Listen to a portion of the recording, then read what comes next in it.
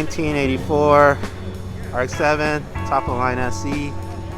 Bought it for $1,000, thinking the motor was shit. It wasn't, so got lucky.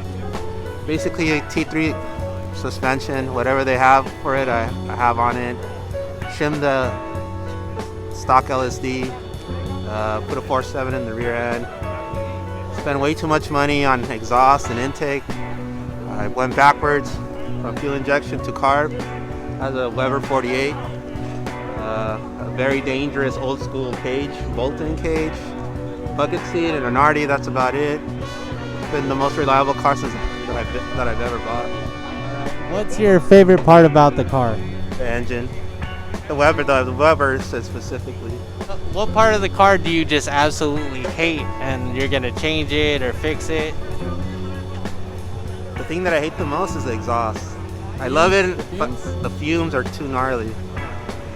You're like, I don't know if it's the premix or it just runs rich, but it's horrible. Other than that, it's just sweet.